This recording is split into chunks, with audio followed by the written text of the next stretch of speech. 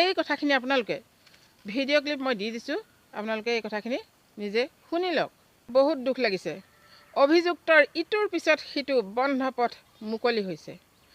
বন্ধু বান্ধৱীসকল, নিশ্চয় আপোনালোকেও এই নিউজ পাইছে, কিন্তু মই ভিডিঅ' এটা নবনাই নোৱাৰিলোঁ, যিহেতু মই ইয়াৰ আগতেও ইয়াৰ বিষয়ে ভিডিঅ' বনাই আছোঁ। আৰু এই ভিডিঅ'টো মই দিব লাগিছিলে কালিয়ে, কিন্তু কালি দিব নোৱাৰিলোঁ, মই বাৰু আজিয়ে দিছোঁ। আজিয়ে আপোনালোকে কথাখিনি শুনক, চাওক।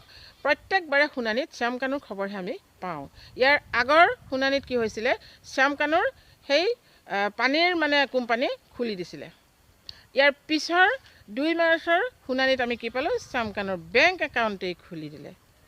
19 তাৰিখে আছে, 19 মাৰ্চৰ শুনানিত আমি কি পাওঁ সেয়া নকওঁ। আৰু মুঠতে এটাই কথা, আইনী সুৰুঙাৰে যাতে অভিযুক্তসকল, জুবিন গাৰ্গৰ হত্যাকাৰীসকল মুকলি আকাশৰ তললৈ ওলাই আহিব নোৱাৰে, তাৰ কাৰণেহে আমি ভগৱানৰ ওচৰতে প্ৰাৰ্থনা কৰিছোঁ। ভগৱান আছে, গতিকে ভগৱানে সেয়া বিচাৰ কৰিব। কিন্তু আমিতো কাকো ক'ব নোৱাৰোঁ, আমি কৈ একো কৰিব নোৱাৰোঁ। এই কথাখিনি আপোনালোকে ভিডিঅ' ক্লিপ মই দি দিছোঁ, আপোনালোকে এই কথাখিনি নিজে শুনি লওক। বেংক একাউণ্টটো আনফৰ্চুনেটলি সেইটো ডিফ্ৰিজ কৰি দিছে for some technical reason, not for factual aspect. কিন্তু কিছুমান ল'ৰ কমপ্লায়েন্সৰ কাৰণে সেইটো টেকনিকেল ইছ্যু হিচাপে এইটো ডিফ্ৰিজ কৰিছে। যিহেতু আমাৰ এতিয়াও ফাৰ্ডাৰ ইনভেষ্টিগেশ্যন চলি আছে, তো এতিয়া সেই ছেকেণ্ড পাৰ্টটোত দেখা যাব কি কৰিব পৰা যায়। ফ্লেট 3A2 যিটো এটেচ কৰা হৈছিল সেইটো কোৰ্টে বাহাল ৰাখিছে। লগতে খালি ছাবজেক্টটো কণ্ডিশ্যন দিছে যে তেওঁ যিহেতু 16 লাখ টকা আত্মসাৎ কৰি সেই ফ্লেটটোৰ পইচাটো দিয়াটো ডিছপুটেড আছিল, তেওঁ এখন বেংক গ্যাৰেণ্টি দিব লাগিব OCCIDPS থানাৰ ফেভাৰত উইথ দ্য ডাইৰেকশ্যন যে এই বেংক গ্যাৰেণ্টিখন দিলে আমি এইটো আকৌ ডিএটেচ কৰি দিম। আৰু যেতিয়ালৈ বেংক গ্যাৰেণ্টিটো নিদিয়ে 16 লাখৰ, তেতিয়ালৈ এই প্ৰপাৰ্টিটো জব্দ থাকিব। সেই কণ্ডিশ্যনত সেইটো ডিএটেচমেণ্টৰ প্ৰচিডিংটো আজি শেষ হ'ল। আৰু মহাবীৰ একোৱা যিহেতু অনাৰেবল হাইকোৰ্টে এটা ডাইৰেকশ্যন দিছে যে এই কেছটো ইণ্ডিপেণ্ডেণ্টলি চলিব পাৰিব, তো সেই গতিকে কোৰ্টে অৰ্ডাৰ দিলে যে এইটো 19 তাৰিখে ফাইনেল শুনানি হ'ব। তাতে কেৱল অনাৰেবল হাইকোৰ্টত পইণ্টটো আছিল চিলিং এণ্ড ডিচিলিঙৰ ওপৰত, যিহেতু তাতে প্ৰচিডিউৰ কিছুমান ফ'ল' নহ'ল, সেইকাৰণে সেইটো ডিচিলিং কৰিব দিলে।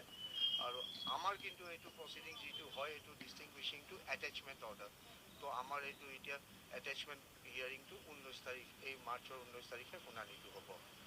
আৰু তাতে গুৰুত্বপূৰ্ণ আৰু দুখনমান পেটিশ্যন আছিল, এই যিখিনি আপোনাৰ এইটো আনিব দিছিল আমাক ছিংগাপুৰৰ পৰা তথ্যখিনি, সেইখিনি কোৰ্টে ৰিজেক্ট কৰিছে। কৈছে অসম পুলিচ গৈ যিখিনি তথ্য তেওঁলোকে সংগ্ৰহ কৰিছে সেইখিনি গোটেইখিনি দিয়া হৈছে, আৰু আপোনালোকে সেইটো বস্তু যদি ইচ্ছা কৰে 10, 11, 12 তাৰিখ দিন ধাৰ্য কৰিছে তেওঁ ফৰ ইনস্পেকশ্যন 2টাৰ পৰা 4টালৈ। পৰৱৰ্তী নেক্সট ডেটটো আপোনাক দিছে 19 তাৰিখে for consideration of charge hearing.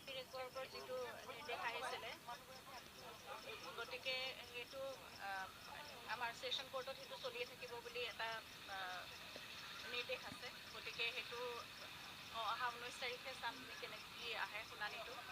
আৰু এটা ভাল কথা হ'ল যে যিবোৰ তথ্য তেওঁলোকে ছিংগাপুৰৰ পৰা অনাৰ কথাটো ডিফেন্স লয়াৰে খুব বেছি জোৰ দি আছিলে, সেই কথাটো আজি নাকচ কৰিছে।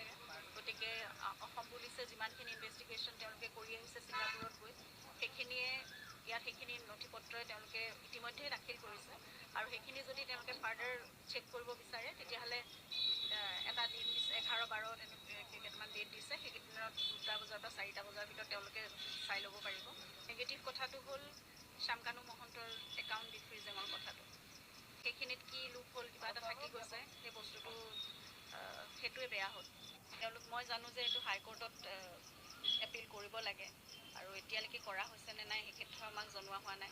যিমান সোনকালে হয় সিমান সোনকালে ভাল। এনেকৈ হ'লে জুবিন গাৰ্গে কিমান দিন লাগিব ঠিক নাই ন্যায় পাবলৈ। আমি আশা কৰি ৰৈ থাকিম যে আজি শুনানি আছে, কিবা এটা ভাল ৰিজাল্ট পাম, কিন্তু আমি পাওঁ শ্যাম কানুৰ খবৰ। কেনেধৰণে চলাইছে সেয়া তেওঁলোকে জানিব। বাকী এটাই আশা কৰোঁ যাতে শুদ্ধ পথত সকলোখিনি হয়, সেয়াহে আমি কামনা কৰিছোঁ। যাতে আইনী সুৰুঙাৰেদি কিছুমান ভুল কাম নহয়, সেয়াই কামনা কৰিছোঁ। আৰু আপোনালোকে কি কয় জনাব কমেণ্টত। বহুত দুখ পাইছোঁ। আজি মানে ফাকুৱাৰ দিনাখন মই যেতিয়া গীত লগাই আছোঁ, তেতিয়া জুবিনৰ যেতিয়া পটকৈ এটা গীত ওলাই গ'ল। প্ৰথমতে পাপনৰ শুনি আছিলোঁ ফাকুৱাৰ দিনা, লগাই শুনি আছোঁ, কিন্তু তাৰপিছতে যেতিয়া জুবিনে গাবলৈ আৰম্ভ কৰিলে, ইমানেই দুখ লাগিলে নহয়, ভাবিব নোৱাৰি, বন্ধ কৰি থ'লোঁ।